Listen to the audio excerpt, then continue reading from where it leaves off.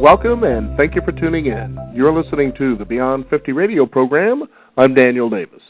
As many women find themselves reaching midlife, one of the things that seems to get a little bit of trouble and a little hazy on the road is those hormones that seem to deplete.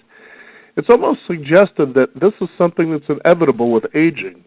But as new science emerges itself and people dedicated like our guest today try to discover that the fact is that shouldn't be happening at all, that maybe it's just a matter of environment, it's also a matter of your habits, and it's also a matter of what you put into your body.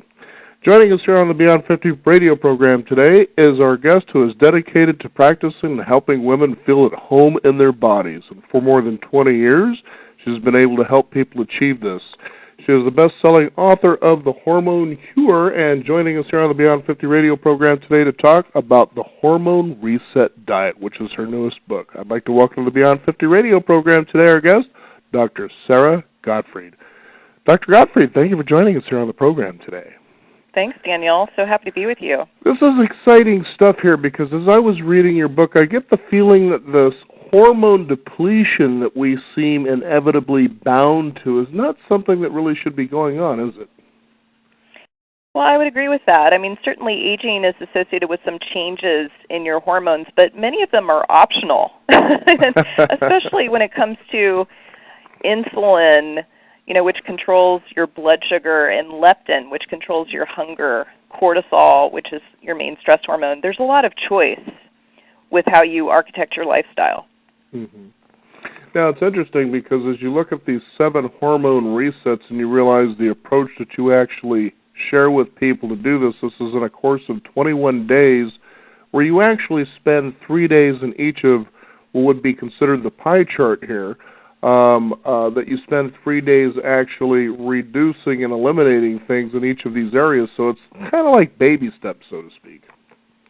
It is baby steps. I think if we look at change management, what really sticks when it comes to change, to upgrading your habits, is to take these small incremental steps. They really add up to major transformation when you aggregate them.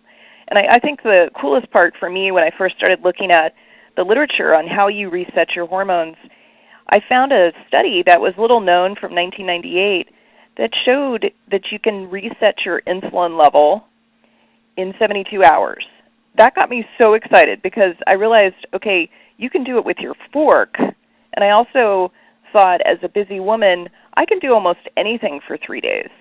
So that's what got me to sort of create this 21-day protocol. Now, there's been an average weight loss for women who participate in this, and I'm assuming that men can do this as well, but we pretty much have the focus on women here today. Is that the average seemed to be anywhere from 10 to 20 pounds they would lose just resetting their hormones. What's going on there that causes such weight loss? Well, I think it depends on where you begin. Certainly people who have got more weight to lose, who have more hormone imbalance, hormonal misfires, and a broken metabolism, they tend to be more successful. They lose more weight. But we've now had 5,000 people go through this program. We've got quantitative pre- and post surveys, and we found that the weight loss is about 15 pounds on average, about 21-point drop in blood sugar. Many people don't know that they have prediabetes before they begin this program, and also about 4 inches lost off the waist. So this is a result of resetting 7 hormones and metabolism. And you're right, my book is mostly designed for women, but out of those 5,000 people that have gone through the program, about 5% were men. Mostly they were husbands who were dragged along through the program. Mm-hmm. I think what's interesting to note, too, is, here you're a trained medical doctor. I understand it's Harvard, MIT. I mean, you're really there. You've got a lot of science behind you, and, of course, with 20 years, you've got a lot of experience as well. But in your 30s, you were kind of going through what you call the 4 Fs. What it was interesting to find out was that you went to a doctor, and that approach was Prozac and birth control pills. And you decided to take the reins yourself as a doctor and say, no, there's got to be another way to deal with this. You got it. That was a defining moment. I think I was like many women in their 30s. I had 2 kids, a husband who traveled a lot, and I just felt so frazzled and fat. I couldn't lose the baby weight. I had about an extra 25 pounds that I was carrying around. I felt frumpy, and you can imagine what the 4th F was. And so I had this moment where I was sitting in my doctor's office. I was undressed. I had one of those paper gowns on, shivering, waiting for him. And I told him of my woes, my weight gain, feeling stressed out, didn't want to have sex with my husband. And he offered me Prozac, as you mentioned. He also suggested a birth control pill because he said that would rebalance my hormones. And he told me to exercise more and eat less. And at first I was humiliated, but then I realized, oh my gosh, millions of women are being told this very same thing, and it's wrong. So I had a hunch that the problem was hormonal. I left his office, went to a lab, checked my hormones, and indeed that was the problem. My cortisol was 3 times what it should have been. I had estrogen dominance. I had slow thyroid. So that's what got me started on this path. Mm-hmm. Now, one other interesting thing, what I'd like to do is kind of dive into each of these little areas here. Yeah, give people an idea of what we're talking about here, but one of the things that I found interesting about what you lay out here in this protocol is that there's what's known as cell-to-soul practice. Now, does that kind of deal with cellular memory and how we kind of maybe reinforce habits that in this particular case we're trying to change? Well, I like that approach. I think it does relate to cellular memory. The point I'm trying to make with the cell-to-soul practice is that many women who struggle with their weight, and we're talking now about 80% of the female population, they don't respond well to a drill sergeant or to a purely physical approach. What I've found after taking care of women for a few decades is that they do much better when they're coaxed and nudged, and they have a more integrated functional medicine approach that really looks at them as a whole person and kind of speaks to their soul along with speaking to their cells. So that's really the idea behind the cell-to-soul practice, so that you really embed some of these new habits that we talk about in the book. Mm-hmm. Because the reason I wanted to talk about that for a brief moment is that it seems pretty obvious through research and experimentation and practice is that a lot of times the way that especially women eat, and this really goes for a lot of people, is that it really tends to be emotional. And as you said, if you're coming at this, sort of as a boot camp DI or whatever the case is where you're kind of pushing the issue, you could be exacerbating something that already exists that makes the whole thing unsuccessful. I totally agree. I think that, what happens with women, and this definitely happens about twice as often in women than it does in men, we eat to change our emotional state. Mm-hmm. And most of us learn how to do that at a very early age. Oprah talks about how this is the key problem for her in terms of her struggle with weight. And I'm not saying you must never do that. I'm saying, let's understand your emotions. Let's address them in more functional ways. And let's get you the food that's really going to give you the long-term nourishment that really serves you and gets your hormones rebalanced, rather than to eat a cupcake because you feel overly stressed. Now, when you're overly stressed and cortisol is high, it's going to make you crave certain things. It'll make you crave refined sugars. It'll make you want to have a cup of coffee in the morning and a glass of wine in the evening, or maybe 2 or 3. And those are some of the habits that we want to change, that we want to upgrade.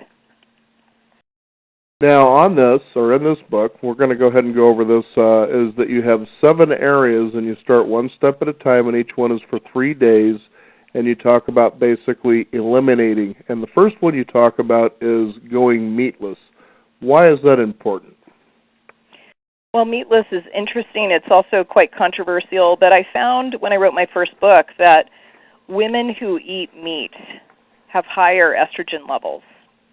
Now, your show is called Beyond 50. What I think is important to realize here is that even after you go through menopause, you still are making estrogen. If you have any fat cells, you're making estrogen. And we want to make the good protective type of estrogen, not the estrogen that has a backflip that is dangerous and provocative and can put you at an increased risk of breast cancer, ovarian cancer, endometrial cancer, diabetes. So this first reset is to get off of red meat for the first 3 days, and also to get off of alcohol, because both of them raise your estrogen. And we're talking mostly about the inflammatory meats from CAFO facilities, concentrated animal feeding operations. But until we know better about the red meat that's from say, pastured animals, I think it's important to get off of red meat and just see how your body responds to different sources of protein, such as wild-caught fish, crustaceans, plant-based protein, chicken, rabbit, duck, etc. Mm-hmm. See, now I like what you just suggested there, is that see how your body takes to going that direction. In other words, you experience this yourself. And I think so often, especially in today's world, we've surrendered so much of our personal power to people that supposedly know better than we do about what's best for us, that we forget about the fact that we're the ones experiencing that in the first place. And that's what I like about your approach here, is when you look at the way you lay it out in the book, it isn't overly complicated, isn't overly wordy. It's, sort of one gentle step at a time with a lot of understanding as to why you're taking that step in the first place. Well, thank you for that. It's very important to me that that particular point landed with you. I agree that so many of us surrender our personal power to the latest nutrition fad. You just about did. I certainly did. I mean, as a doctor, you surrendered that personal power almost. But anyway, that's right. That's right. And what I really hope that people get from this book is to get back into a conversation with their body. To really understand. Okay, maybe you're like me and you have the PPARG gene, which is very common in women. And when I eat more fish and shellfish, I lose weight. Wow. It's just a genetic problem that many women have, and I think men do much better in response to red meat, probably because they have lower estrogen levels. Mm-hmm. So, it's that conversation that I think is so crucial. Well, there's that, and as you were talking about earlier, too, it's also the way the meat is produced here in this country, with the large, agricultural businesses and so forth, that it's not as natural as it used to be, so you're dealing with different toxicity levels as well, and it's highly concentrated in meat, isn't it? It is. It's the fat in meat that often is the problem. On average, a cow that's raised as livestock in the U.S. gets about 6 different steroid hormone injections, and then you are getting it in the fat that you eat. They also have superbugs. They can put you at risk for having antibiotic resistance. So we just want to be aware of what we're putting on our fork and how it can affect your hormones and also your weight, your mood, your energy level. Mm-hmm. Now, the next reset you have, and again, this is for 3 days, is an elimination, is to go sugar-free. Now, what kind of sugar are we talking about here? So in reset number 2, we're talking about limiting your sugar. You're not removing every single gram of sugar, but we're getting it down to less than 5 grams per meal. You're also getting rid of artificial sweeteners. We know that both of them affect the microbiome in a negative way. The microbiome, as you probably know, is your collection of gut flora and their DNA. Mm-hmm. So we really want to make sure that insulin is in the right place, because insulin is perhaps the most important hormone for preventing belly fat and also for reversing belly fat and just making you burn fat rather than to store it. It doesn't sound like a lot of fun, does it? It's surprising. Once you get the sugar out of your life and you also reset your cortisol, you no longer have the cravings for the cookie or the cupcake. You start to eat sweet potatoes and yucca fries and other things that become much more nourishing for you. Well, I think what's astounding, too, is you take a look at, for instance, in our country, how many restaurants we have that are especially catered to the drive-through lifestyle, so to speak. And you consider that each meal that's produced that goes through that drive-through window into a car, the amount of sugar that's involved in those things, it's just phenomenal that we ever break the habit of eating something like that to go more natural and enjoy the taste of natural things. Well, I agree with you. One of the problems here is that the food industry has really changed our food dramatically. We were talking about the way that livestock are raised, and it applies to almost every sector of our food. So the problem, of course, is that when you go through the drive-through is that you're getting a large container of a soft drink, perhaps, that contains a ton of sugar, and it makes you addicted. Mm-hmm. So we used to think that food addiction was kind of a soft science. We now know that it's very clear that sugar is about 8 times more addictive than crack cocaine. So we're talking about a pretty serious addiction here that we need to overcome. it was a friend of mine, kind of hippie, if you will, and he was talking about that some years ago, how a lot of times children tend to get rewarded with sugar treats for good behavior. And he was talking with one guy whose son they were doing that with, and he says, you need to be careful with what you're doing there because you're literally creating a heroin addict. And the guy laughed the whole thing off, and of course he ran into the child, I guess, was in jail 15, 20 years later, and that's exactly what had happened. He became drug addicted, and he felt that that was all because of all that rewarding for good behavior by giving him sugar treats. Well, this is a great point. I mean, you could say that sugar is a gateway drug to exactly. even harder drug addictions. That's an important point. And even worse now that we're getting it through corn syrup. Oh, my goodness. That's right.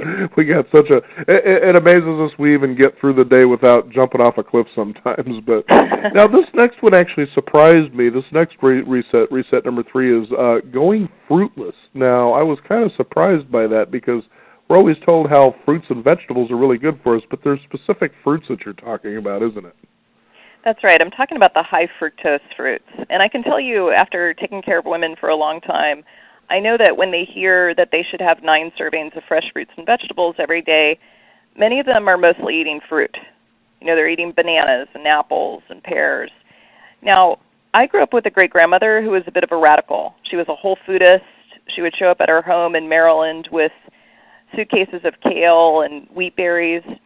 And an apple in her day was small, tart, green, had maybe 2 grams of fructose, which is fruit sugar. Mm-hmm. And here's the place, again, where the food industry has hybridized fruit for sweetness. And a typical apple that you get at a grocery store is more of a sugar bomb and contains 20 to 25 grams of fructose. So fructose is a real problem in the body if you're getting too much of it. And in the third reset, I have people get down to less than 20 grams of fructose per day. Now, that means you can still have avocados, olives, grapefruit, some of the fruits that are low in fructose. Mm-hmm.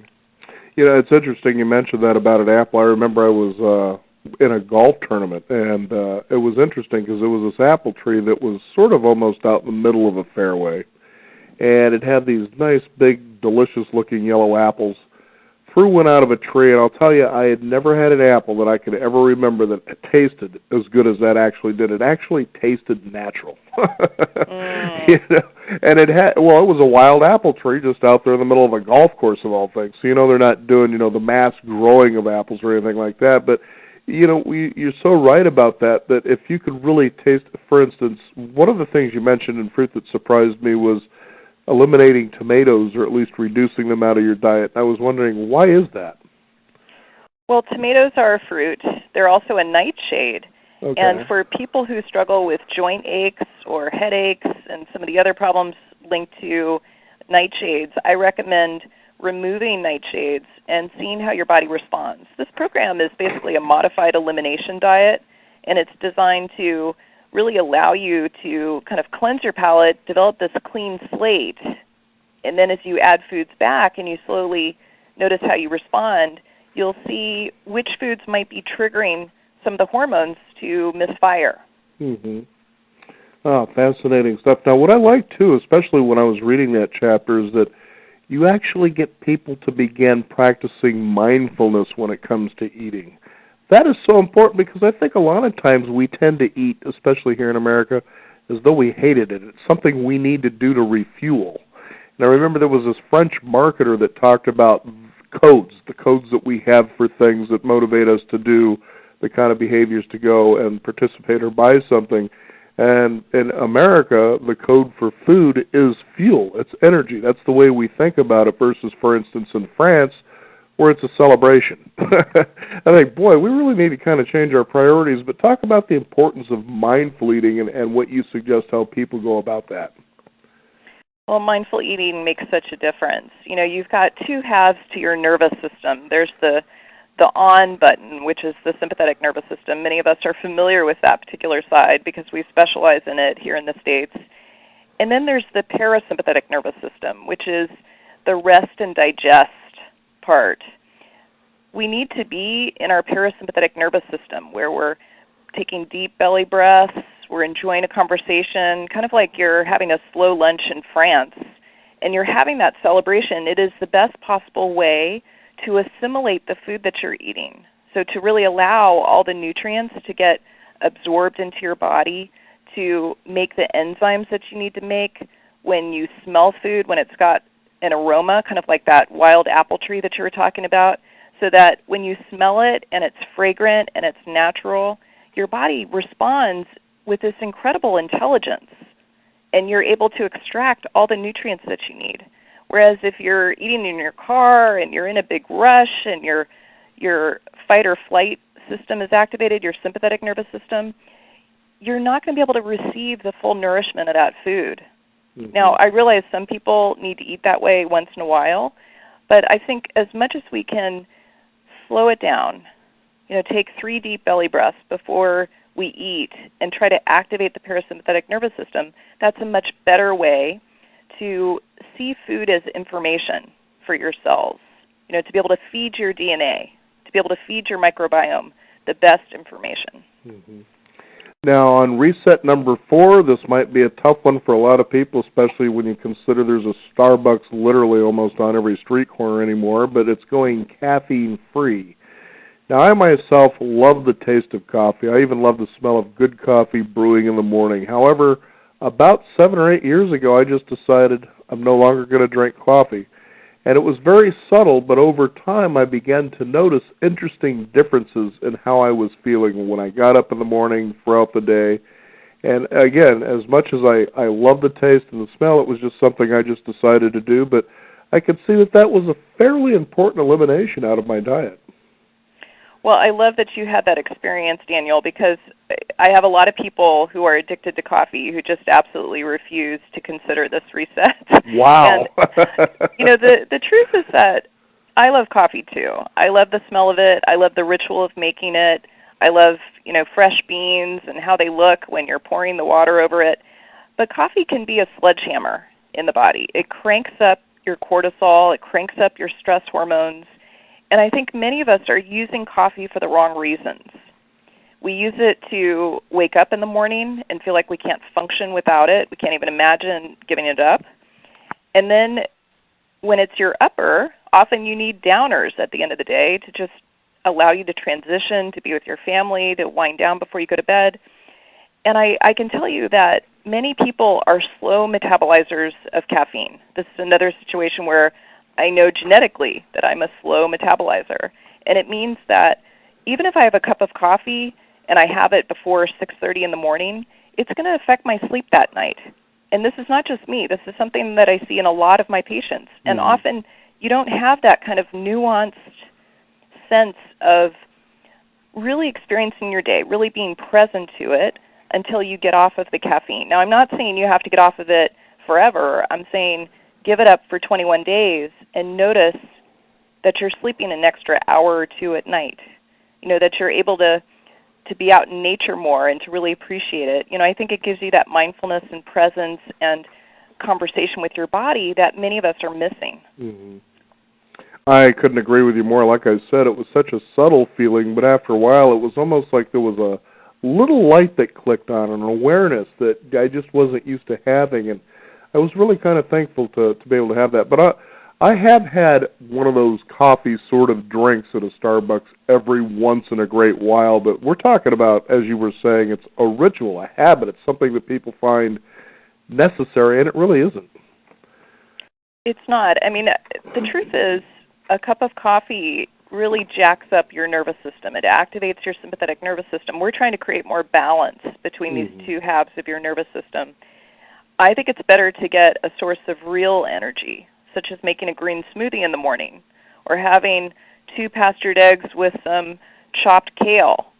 That gives you the antioxidants and a real source of energy, not a fake source of energy like coffee is, which is almost like a high-interest loan against your adrenal glands.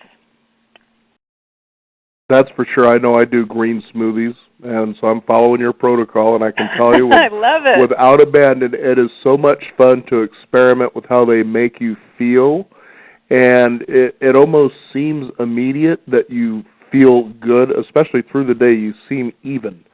And over time, I can actually attest when you're talking about how your nervous system works, I find that those little things that used to bother me just fall away, like nothing really bothers me anymore.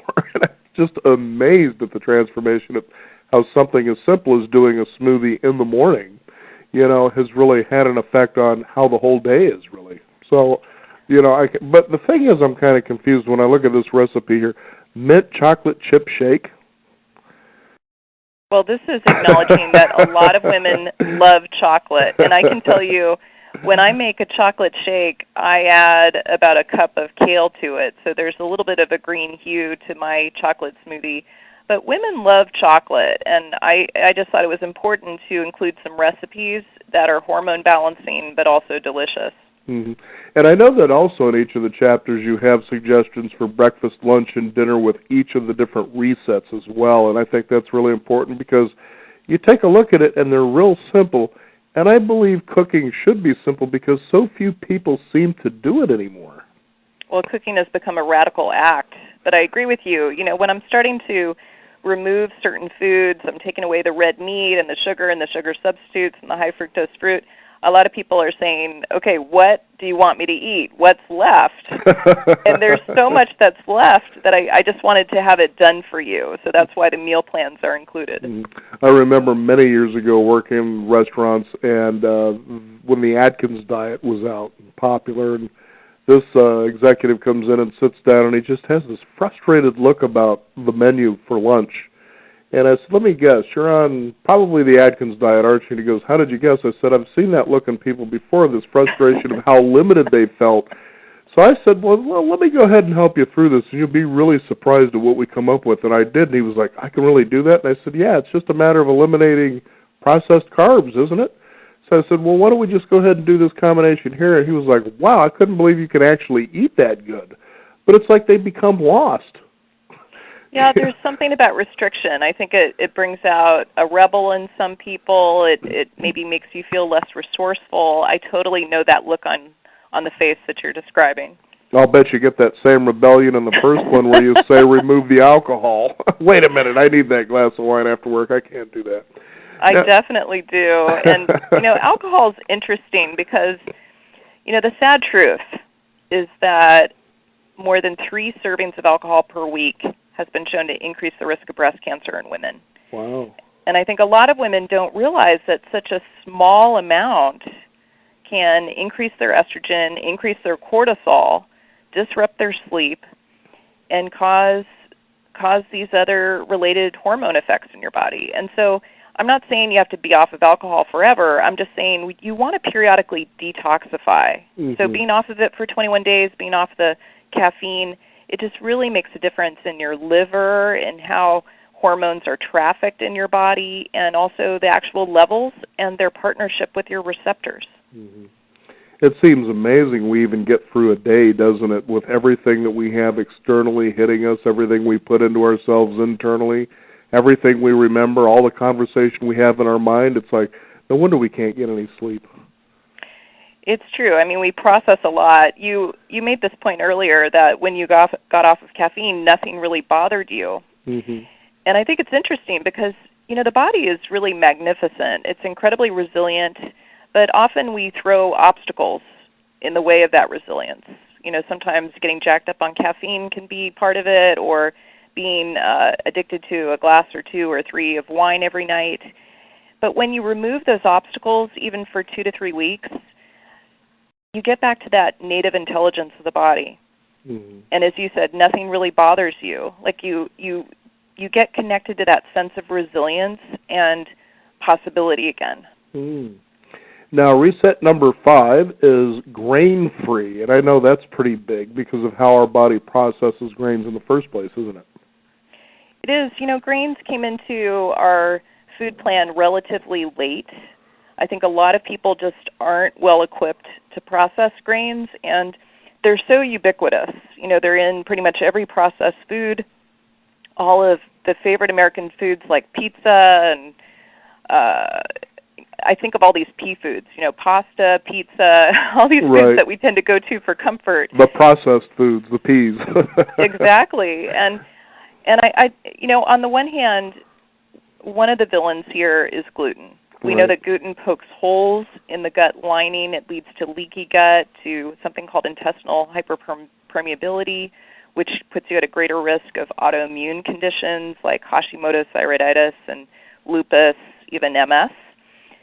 And so what I recommend is getting off of grain for the remainder of this 21-day program and just noticing what happens. You know, it's amazing how your taste buds also have this ability to turn over. You know, you were describing that wild apple on the golf course and how it was such a pleasure sensation. And the cool thing is that your taste buds start to change in about 14 days. They have this complete turnover so that the food that you're eating tastes so nourishing, tastes so delicious, and I want people to have that experience. Now, you say nourishing, and that's an interesting point to make about, again, you know, we seem to be the most obese nation in the world. We're certainly the most overfed, it seems, yet all of us are starving for nutrition at the same time.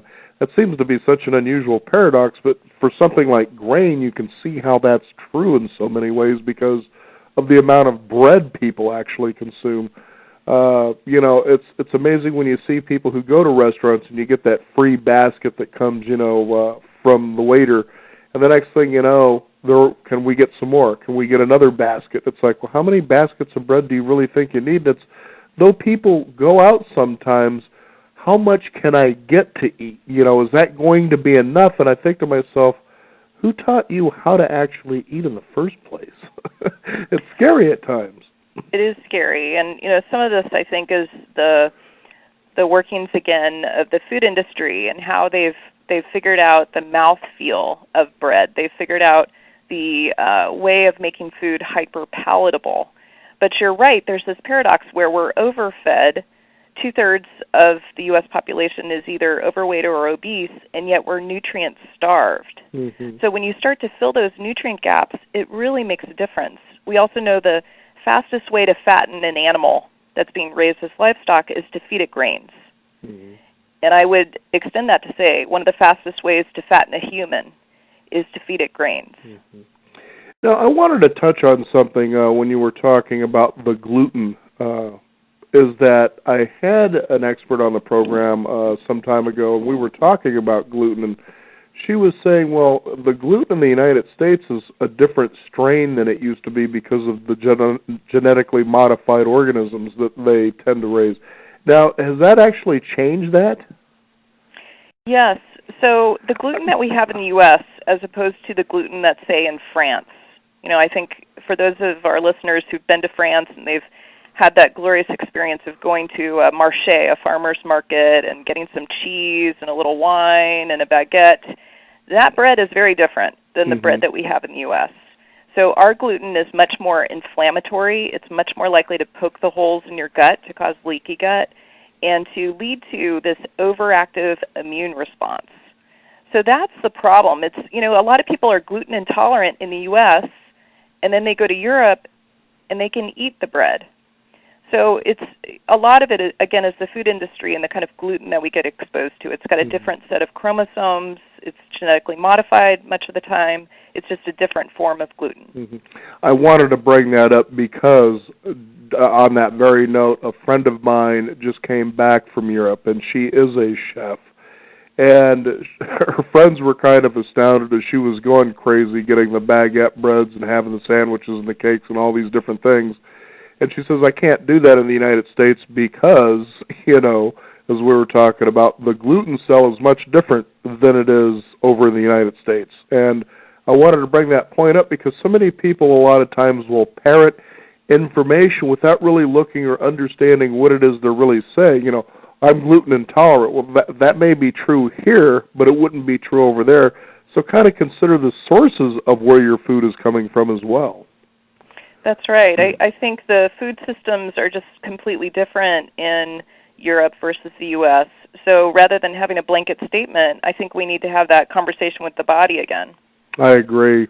The next one you have, number 6, is dairy-free. Now, I know I went to a body talk expert one time, and I was having stomach problems. She says, your body's telling me that it just doesn't really want milk anymore. And it was interesting because I had quit drinking milk for quite a few years, and then all of a sudden, for some strange reason, I was having it again, and then I was trying to get rid of the stomach ache by using milk. She says, just eliminate it altogether. And I said, well, okay. So after about 3 or 4 days, the problem went away, and I really haven't touched it since, or in fact, I've actually converted more to coconut or almond milk, which once you get used to that was much better anyway. It is much better. It's so much more nourishing. I love it. I feel like you've been on my 21-day reset, and I didn't even know it. Well, I wanted to make the listeners feel like we knew what we were talking about when we tell you, when you do this, the rewards are really good, and it's not that hard. It really isn't, and that's what I loved about the steps is you make them 3-day steps. That's not hard, 3 days. Anybody can do that. Yeah, 3 days is very accessible. It's very doable. And dairy is another interesting one. There's certain foods that are more addictive, such as grains, gluten, dairy. They have proteins that are very stimulating and basically act in an addictive way. So in dairy, there's something called casomorphins. Casein is the main milk protein, and caso refers to casein. And these properties of these proteins, they basically act like morphine in your body. And so if you feel like giving up milk or giving up cheese is just an impossibility, that's basically the addiction talking. Once we get off of it for 3 days, it makes such a difference in the body when you have less inflammation. You're not puffy anymore. You're not hanging on to fluid, having fluid retention and swollen ankles. Your belly isn't extended. You don't have the belly fat that you had before. It makes a big difference to get off of these certain foods that really trigger an inflammatory response. And the key part here, again, is that poor cow that's injected with 6 different growth hormones. Much of the dairy that we get exposed to is just full of hormones. So I want to get people to reset their growth hormone by getting off of dairy. Well, the other thing you talked about, too, that I found interesting is the fact that America, and it seems like we're picking on America, but again, it's about how we think about and process our food and then how we actually eat it. It's almost as though we hated it sometimes, but you say that we're pretty much the only nation of adults who actually still drink milk. That's right. In so many places, you are breastfed, and then you have very little exposure to cow milk as you get older. And I would say that's probably the ideal situation given our genetics. But we also have the Dairy Council telling us that milk is a good thing. We've got the milk mustache ads that we internalize. And this increases calcium. Well, what does it do for the cow? Right. Cow milk is really designed for baby cows, not for humans. To grow a small little calf into a 1,200-pound animal in a matter of 8 months. Exactly. I don't want to be 1,200 pounds. No kidding. And the thing about it, too, is as I implemented the dairy change mainly, and it really started in the last couple of years where I would actually use, again, the coconut milk or the almond milk. I really stay away from soy because that, to me, is a high GMO food, too, isn't it? Oh, absolutely. Yeah, I think about 90% of the soy in the U.S. is genetically modified, and it also raises your estrogen level. So I don't think that's a good source. I think some sources of whole soy can be good as long as it's organic and not genetically modified. And the point being is that I actually implemented in any recipes that call for dairy is that I use coconut or I use almond milk, and I can tell you there's not much of a difference in taste. Well, I think it tastes better, actually. And I love this because, my husband goes through my program about once a quarter because we do it together. And he just absolutely adores the taste of coconut milk. He wasn't a big fan before, but now he makes a smoothie in the morning. He, as he jokes, he makes green smoothie decisions all day long. And his green smoothie consists of coconut milk, some of our chocolate powder, as well as a handful of greens, and he likes to add 5 ice cubes. He's very specific about that. Shaken, not stirred, of course. Yes. Now, the final one you have seems to be one of those that are really difficult, but it can be done, and that's to become toxin-free. Talk about the kind of toxins we're talking about, where they come from, and how we encounter them, so to speak. Well, I used to think that detoxification was a luxury. Go to a spa, do that once a year. But now I've realized with the way that our environment is structured, we need to, 100% of us need to detoxify. So the idea with this reset is that you want to remove those endocrine disruptors that you're getting exposed to. The average woman applies about 515 synthetic chemicals to her skin every day. So I want to bring a layer of mindfulness to what you're putting on your skin as well as what you're putting in your mouth. And then another important piece here, because each of these resets is in a particular order for a reason, what happens by reset number 7 is that you're losing weight, on average about 10 to 12 pounds by the time you're at reset number 7. And when you do that, when you're burning fat, your endocrine disruptors, which all of us have, are stored in the fat. So you're letting these endocrine disruptors out of jail as you burn fat, and you've got to get rid of them. You've got to poop and pee them out. So we're talking about things like bisphenol A, which is on about 40% of retail receipts in the U.S., according to the Environmental Working Group. We're talking about phthalates, which is what gives a lot of skin products a certain smell. And many of these endocrine disruptors will make men have lower testosterone. It'll make women have higher testosterone, which is not necessarily a good thing. It can disrupt the thyroid. It can disrupt insulin and leptin, and also act as what's known as an obesogen, just make you store fat like crazy. So the idea here is that we're going to step up the detoxification in reset number 7 so that you can get rid of these endocrine disruptors. Mm-hmm. I think as the listeners have been tuning in with us today, they come to realize that your approach to all of this is pretty simple. The language is pretty straightforward to a point where they get a better understanding of how and why you have suggested for them to do the things that they do. And this is something that pretty much everybody can do. There's fairly limited restrictions here, isn't there? That's right. I think supplements, generally, you got to be careful about those before the age of 18. But we're talking about how to reset your hormones with the fork. There's right. Nothing that is outlandish or faddish that we're talking about here. It's based on about 2,500 studies that I went through so that you don't have to. And it brings this way of understanding the way that food disrupts your hormones and thereby breaks your metabolism so that you're able to move forward with a healthy metabolism and have that kind of lean body that you really want. Mm-hmm. Well, and we're also talking about the fact, too, is that we have actually disrupted our food supply to a point that it's no wonder why we feel the way we do, why we've gained weight the way we do, the way we start getting on medications because of these strange little ailments we begin to feel, but nobody seems to know exactly what causes them. And you're saying, look, let's start by eliminating what we're doing here a little bit.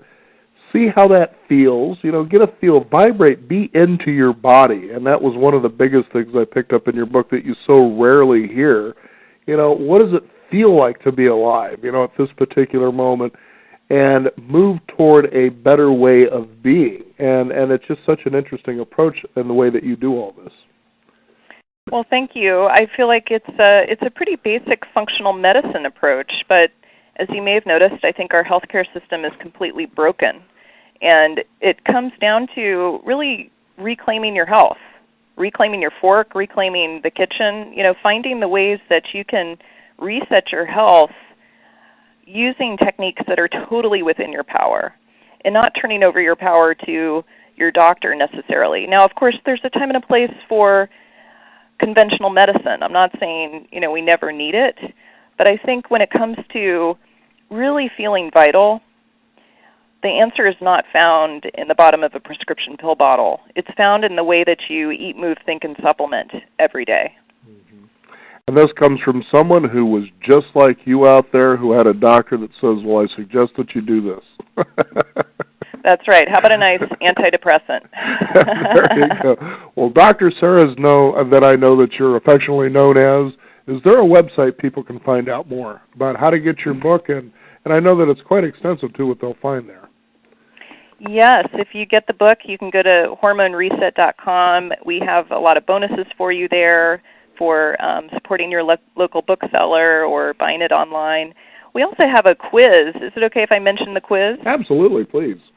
So we have a free quiz if you're wondering if you might have a sticky relationship with certain foods that could be disrupting your hormones. And that's at hormonereset.com/quiz. Very good. Dr. Sarah, thank you so much for joining us here today. And again, for the listeners out there, the book is The Hormone Reset Diet. You'll find that it's pretty easy stuff to follow, and the rewards will be phenomenal. And again, thank you for being on the program today. Thank you, Daniel. My pleasure. You bet. We want to thank you, the listeners. You can find out more by visiting us at Beyond50Radio.com. That is the number 50, and sign up for our free weekly e-newsletter. I'm Daniel Davis. Thank you for tuning in. This is the Beyond 50 radio program, and remember, live your day past halfway.